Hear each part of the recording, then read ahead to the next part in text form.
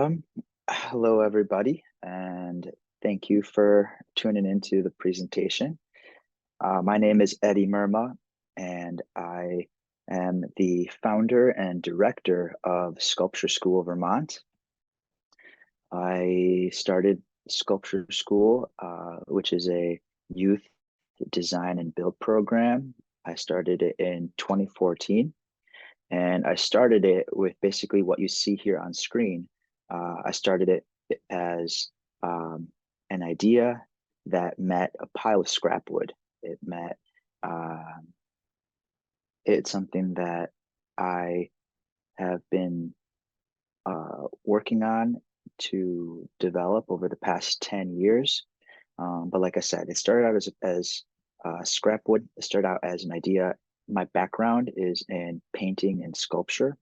I went to college in Chicago. And what I did for work after school was I started involving myself more and more in education. And I was working as a caseworker on the South Side. And I started bringing in recycled materials from the alleys in Chicago and from different thrift stores. And I started doing kind of like medium scale projects involving cardboard, involving discarded salvaged lumber, um, electronics, and like anything that I can get my hands on that we could either take apart, manipulate, or use in some form of collage or game or exercise. So I really am really passionate about materials and reusing materials and unlocking the potential of materials and specifically discarded materials. So sculpture school started, like I said, with this pile of scrap wood. I had come to Vermont to volunteer on a farm, and there was a shop, like a shop space, like a tool shop that was underutilized. It was pretty much being used as storage, and it was wide open. So I asked the owners if I could run youth programming because in Chicago I had that experience, and they uh, they opened their doors to me, and I started with just a couple of students, and we would take piles from I would go to construction sites around in rural Vermont, and same way that I'd walk the alleys in Chicago, I'd go ahead and grab materials that I thought we could reuse. And in Vermont, there was just such a surplus of material, um, everything from 2x4s to plywood, just different kinds of bricks and stones. Um, so I started there and I developed my initial projects based on what I had. So we would, if we had plywood, we would do some type of, we'd use that for sheathing or we'd use that for structure making. Um, if I had 2x4s, we'd use that for figuring out how to make furniture or making kind of stools or benches. And little by little, I started growing a curriculum around how to take materials and how to best identify them and create uses for them in an educational setting. So let's see if I can go at my next picture here. Okay, whoops. A big part of working with these scraps is sorting them, organizing them. And so here you'll see some plywood that has been used, painted, cut down, taken apart, and sorted, and it'll be reused. So I save sheets that are all the way down to like 1 foot by 1 foot so that they can be used as drawing boards for new ideas, or I use different offcuts from different pieces that we've made, and sometimes those will inspire and evoke an idea. So I have, I save a pile of that as well. This is the outside of my shop, and you'll see the wood shop in the back here. There's our scrap pile right here. And over the years, we've kind of figured out how to best fit within the space. So one of the additions that we made was this youth built little awning. And in this photo, it's still in progress. So it wasn't totally finished yet, but we use this so that we can have outdoor space for working in the rain and working in unpredictable weather. What I really like to do at sculpture school and with all of my programming is really merge outdoor education and hands-on experiential education. So for most of the classes, while we do have that indoor space, we do like to be outside as much as possible, working with our hands, working in the forest. You'll see this little patch of woods back in the corner to the right of the shop, and we started building structures in there. And you'll see, I'll show pictures of it later on. Here we start walking into the shop. So you'll see there's our whiteboard for sketching, drawing ideas out, getting together at the beginning of the day, laying out a template of what our schedule is. I do run homeschool programs. There's a lot of homeschools, independent learners here in the valley where I live, and it's called the Mad River Valley in Vermont. And like I said, it's pretty rural, and there are not too many offerings for youth that involve creativity. There's a lot of sports. Um, there's some craft programming, but really uh, sculpture school and this kind of building program was the first of its kind that I know of in my area. So figuring out a lot of stuff on the fly over the years, and figuring out organizational methods, and creating as many systems as I could to fit into this small space. So beyond the whiteboard, you'll see our drills are organized right by the entrance, so students can walk in and out and they know they'll always pass the drills. That's our most commonly used tool. Same with our clamps that are right below them. We use those for safety. And again, you'll see organized material kind of to the side. Here's the inside of our shop.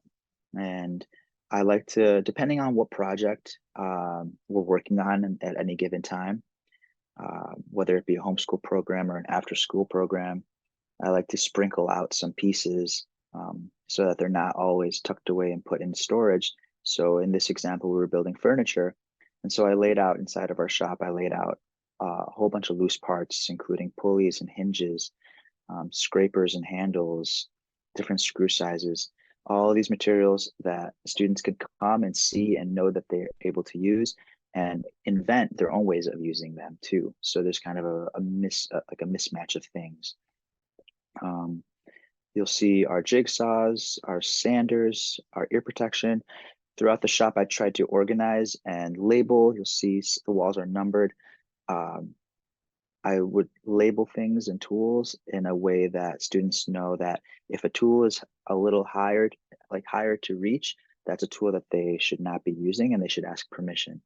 If there's a tool that's waist high or eye level, that's a tool that they know that's been put there intentionally so that they can grab it, they can use it, and they also know where to put it back. And I tried to group, things like, for example, the ear protection. If you're going to use the sanders or the jigsaws, you have to grab ear protection. So it's about creating those little pockets, those little environments for students to grab what they need and just be able to put it back and stay organized. Another picture of our shop that's organized, more drills inside, batteries, eye protection, containers for screws. And here you see our layout of screws. I have our bits that we use here, pre-drill bits and star bits and tape measure. I got magnets. So everything is very intentionally set up so that they can see it, they can understand where it is, they develop a memory around it. Our screw sizes are typically labeled in the front.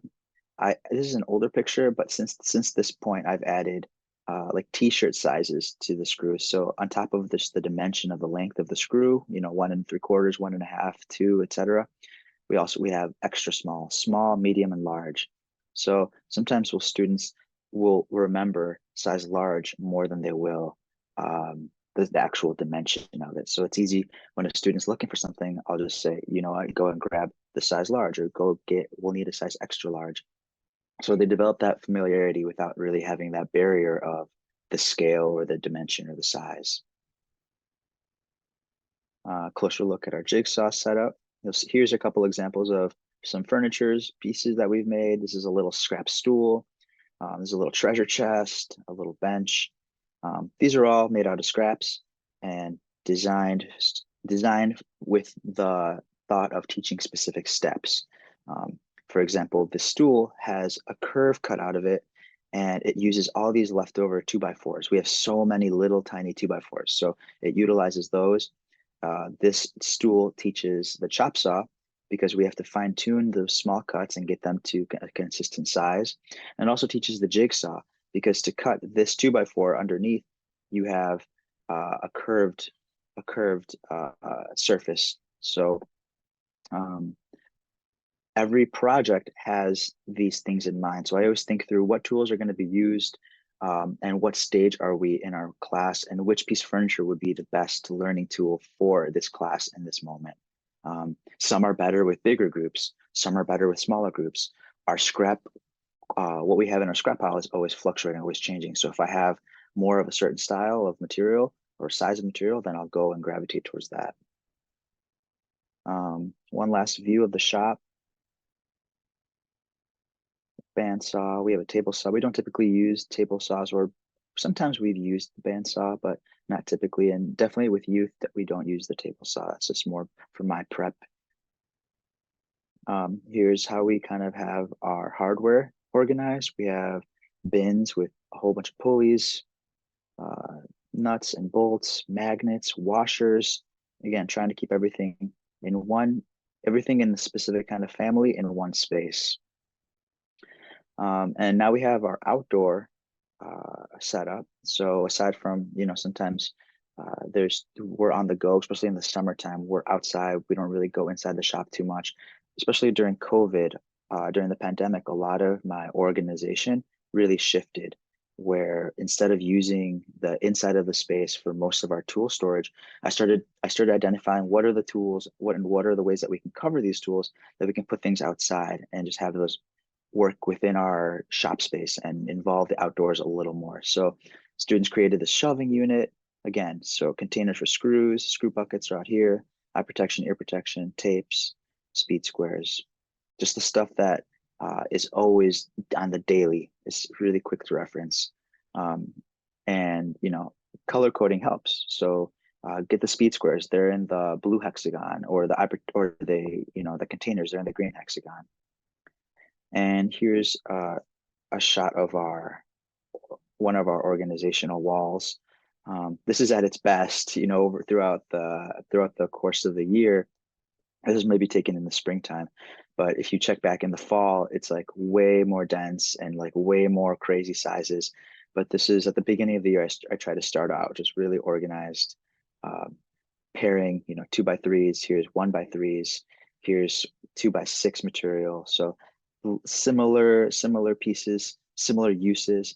These, for example, could be used for a small ramp or a narrow platform.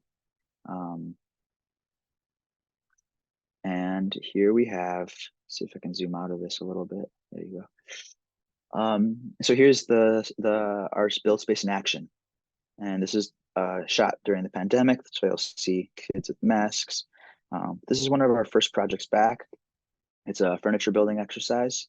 And we have some little shade cover space. We have some picnic tables we had built. Almost all of our tools are battery powered, so we can move them around.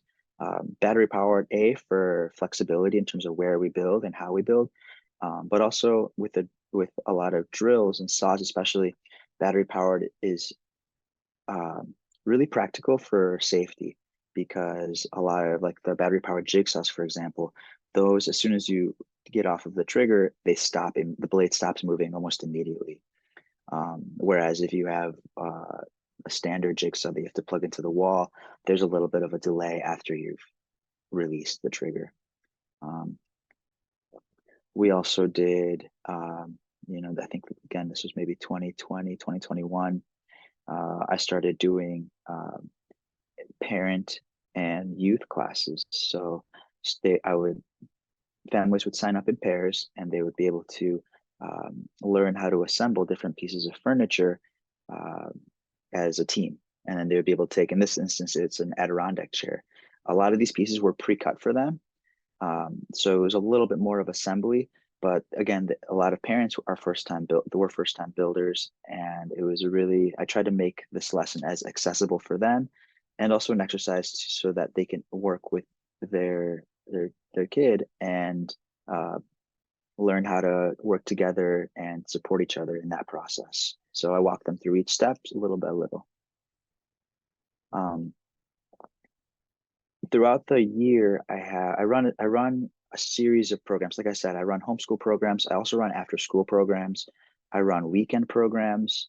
And in the summertime, I run week-long summer programs. So they run from Monday through Friday, basically from the end of June until August, and until the end of August. And one of the programs that I run every summer is probably my longest standing one. Is called Plastic Bottle Boats, where a couple months before the program starts, I'll put out a message on our local community forum, and I'll just ask neighbors, I'll ask community members to start saving their plastic bottles. And I started also, like, I would also put out bins at our local recycling plant, and I'd have bins to collect bottles. So I ended up collecting over the years. I have like over 1,000 bottles, and they're all in big trash bags, and I store them and I reuse them every year. But we make, let's see if I can scoot forward a little bit. Oops. See if I can get to the side. With those bottles, we make boats, and we take them out to our local lake, and we take them out for a little trip. There's a small island in the middle of this lake. So we have kids in their handmade boats. We have parents on kayaks and paddle boards, and we just have this kind of a parade that goes out onto the island, and we make a whole day of it. So what started as a project using just discarded materials turns into a science experiment, a test of buoyancy, a project involving trial and error, and overall an experience where they take something and they make something that they get to go inside of, and they accomplish a goal as a class. There's a part of this specific program that I really enjoy is that midway through the week, we have this real kind of like test. It's a test kind of day on Wednesday. So let's say we start on Monday. We have 2 days to work, build, imagine what our design is going to be, draw our design, start sketching it out, starting to form it with wood. And then Wednesday, we take it to a little pond that we have on the farm. And sometimes the boats work well and they float and they've held up to 6 kids. And sometimes the boats totally fall apart. And it's such an important moment in the program where the kids whose boats fall apart, they're kind of devastated at first, but eventually, with encouragement and with kind of some ideas and some sprinkling of motivation, they get really, and sometimes they don't even need, and they're just determined right off the bat. But it's an opportunity for them to build resilience, and it's an opportunity for them to understand that not everything has to work the first time. So I love that moment of trial and error and testing something and having it work or not work by a direct lived experience, by being on it, by using it with your body, by using it, by being on top of it, and by having it perform or not perform a function. Another summer program, and I also run this in the springtime, run it in the springtime, in the summer, and in the fall, year round, is a program called Fort Building. And Fort Building is, I mentioned to this, right? We occupy the space right next to the shop and our tool shop. And students are able to select where in the forest they want to start building and what they want to build. Is it going to be a platform? Is it a bridge connecting 2 already existing platforms? Is it a remodel? Is it furniture? Picnic table? Do they just want to paint? So Fort Building is a program that really has a lot of inputs. So depending on where the student or students, it's a really fun opportunity for them to work together and in teams to bring where they are and what they're passionate about and execute that in the woods, in nature. I lead them with some ideas of, obviously safety is our number one priority. So what we talk about structural integrity, I give them ideas for framing. I make sure that they're using the right fasteners. But I really follow their lead. And when I see a hazard or when I see something that potentially either needs to be screwed in tighter or needs a railing, I offer suggestions, I offer ideas. So it's always about youth having choice, and it's always about youth coming up with solutions on their own. My role as the facilitator is to look out for hazards and to nudge and encourage those moments that I see and that I anticipate of potentially leading to a hazard.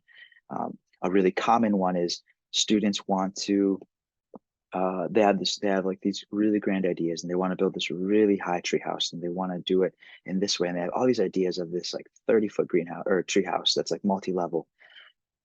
I often ask, and I start out the class asking to start work where you can reach, because if you aren't working where you can reach, you're going to rely on someone, an adult, typically someone who's taller than you, to be doing all the work and holding it, and that's going to suck all the fun out of the experience. So I try to be direct with them. I try to be open, and I share exactly what I sense in terms of what's coming up for them with throughout their build process. And I try to direct them towards a more bite-sized or a more approachable start. And that really works well because some students, they'll start with that lower platform that maybe is only like, here's a little example of it. They'll start one with that's maybe right near the ground, and they'll practice, they'll get really competent with the drills, they'll learn the understanding of materials, and from there they'll be really able to branch off and go on to the next level and go on to the next level and then work on walls. So I try to stagger their enthusiasm and their momentum in a way that will be safer and more ultimately productive for them in the end, a better experience. Here's an example of some students at work. They're cutting on, the day before they had just made this picnic table and now they're using it. They're all clamped up to it, using it as a build surface. Orbital sanders, jigsaw cuts. I think I forget what project they're working on here. Let's see what else I got. Here is another pandemic shot. This is a chair building program. So every week we meet, this is a homeschool group. So every week we met and we through a series of projects, we learned how to build furniture. So we started with just a little stool, and then we went to a really rough kind of a prototype idea of a chair. And that prototype step really, again, similar to the boats, that helped them understand what works, what doesn't work. How do you fix a chair that's crooked and rocky? Maybe you want it to be rocky. Maybe you want it to be rocky, but you just need it to be a little safer. Maybe you don't want it to have a really flat back. So by them actually trying it and sitting in it and feeling it, they're able to make their adjustments. And this is a design of a chair that, as a class, we all came together and we designed it. We made the prototype, and these are their final ones that we made. And the challenge of this one was to design a chair that only used one piece of 2x4, one 10-foot 2x4. Aside from furniture, smaller buildings, and the things like the boats and the forts, which are a little more of an organic process, sometimes I like to start programs by introducing team building activity. So this is, I think this is day 2 of a program. Day 1 was making cuts and painting all of these 2x4s, and then day 2 was wrapping it. So this is what we're making here is a little greenhouse, and they're wrapping it in plastic, but they're building a structure. And this picture is maybe like 6 years old, and that structure is still there. We didn't really use it as a greenhouse. We use it a lot more as for lunch. There's a picnic table in it now. But part of building sometimes is allowing for that more organic creative process orientation and sometimes it is more of team building and following steps in order to gain competency with the tools, with the materials, with just even like the workflow. And it's a way to really iron out the social dynamics and to create more of a cohesive group when there's students who maybe they don't know each other, or maybe there's different age ranges. Um, Everyone has the ability in my projects to bring their capacity and find where their capacity can thrive. And this is so like a really big part, and the way that I like to end every season, spring, summer, and fall, is with a community event to showcase all of our work, showcase all of our projects. This is in the fall, and this is at the end of our fall programs, which run from September to October. So specifically, we're celebrating here our DIY game building class, and we build this carnival out of recycled plywood and recycled materials, and the students design whatever is in their imaginations, design whatever kind of game they want to make to share with the community. And we have I see mini golf in the back. This is a game called Giant Chopsticks, which is a combination of a couple different board games from their youth. And this is a skee ball game. There's a spinning game back here, but it's an event that's free. It's open to the public. Their classmates come, neighbors and parents come. We have music. There's treats and all kinds of stuff for families. So it's something that really is special to me, to have the kids feel what the potential of their creation can really be. I think to see other kids using what you make, and other like adults and people just using what you make and enjoying it, I think that's a real impact. That's a real like thing that they take away, and they like want to come back next year for it, and they want to continue. And I think it's a powerful thing to see someone using something you made and enjoying it. So some of these students, we're a small community in rural central Vermont. So a lot of the students, they've loved to come back, and they've come back like 4 years until they're in high school, and then all of a sudden they're like, "Well, am I too old to be here doing this?" So um, it's fun. Like when they graduate, when they get to high school, when they get a little older, then they end up coming back as mentors, and they help me, and I give them a stipend for helping, and they share all the skills that I've taught them over the years, and they give it back to the next generation. This is a structure that I built at a local school. Small 2x4s, again, recycled materials, trying to always create kind of a intergenerational engagement. So you have teachers, who have they're learning to build alongside their students, and I think that's really powerful for students to see their teachers in a position of learning as well. Let's see where I want to go with these. So I'll explain. Okay, I just got a couple slides left. So here we see, whoops. This is actually our longest running program, and this was the first program that I really defined. My first ones, when I showed you that scrap pile, the first ones were kind of just, let's see what we can build, and I was learning myself. What's the capacity of youth working with tools? What can they actually make? Because when I started, it was a total experiment. I had no idea what youth could make. I'd never done that before, besides Chicago, and we never really made anything large scale. So this program is called Soapbox Derby, and this year is going to be its 10th year, and we make they're basically kinetic sculptures. We make these small vehicles, totally run on gravity, and they design these little carts. All the carts have a uniform chassis. They all have front axle, rear axle. The front axle pivots, has rope for steering. There's a seat in there. So that's all pretty uniform, and that's a couple of weeks it takes to build that.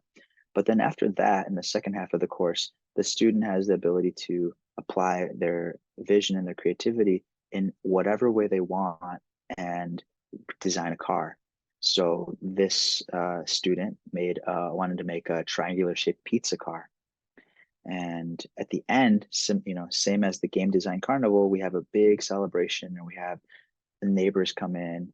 And every year it's grown and grown. Last year we had about 200 people come to our downhill race event, and students would just kind of take a ride down the hill, and everyone's laughing. And there's all kinds of sculptures. There's like we used PVC pipe to make really big ones with like plastic and recycled material all over it. So they get really animated.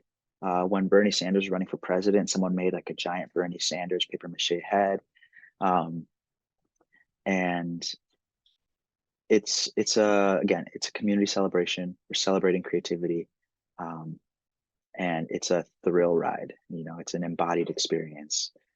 Went through that one, and I guess the last one I'll show, and this is kind of a direction that I'm going to for this year, not only with youth, but I'm also teaching adults currently at the moment, but I'm really interested in building structures like sheds, like tiny homes, like right now we're building a cabin with adults. But I really love this idea of building a lasting shelter and empowering youth to create something larger than themselves. So this is a private project with a group of students on someone's property here in Vermont. And the idea was to build a tiny house. And I think this all comes, I think it's a fun direction to try to merge that original intent of working with scraps and working with recycled materials from scrap piles and creating something that is functional but also creative. So I like to stretch between more kind of ephemeral, more like the boats, for example. We don't really keep those. We take them apart, we recycle them. But playing with this idea of something that might last a little longer, something that has a roof on it, something that is used for generations.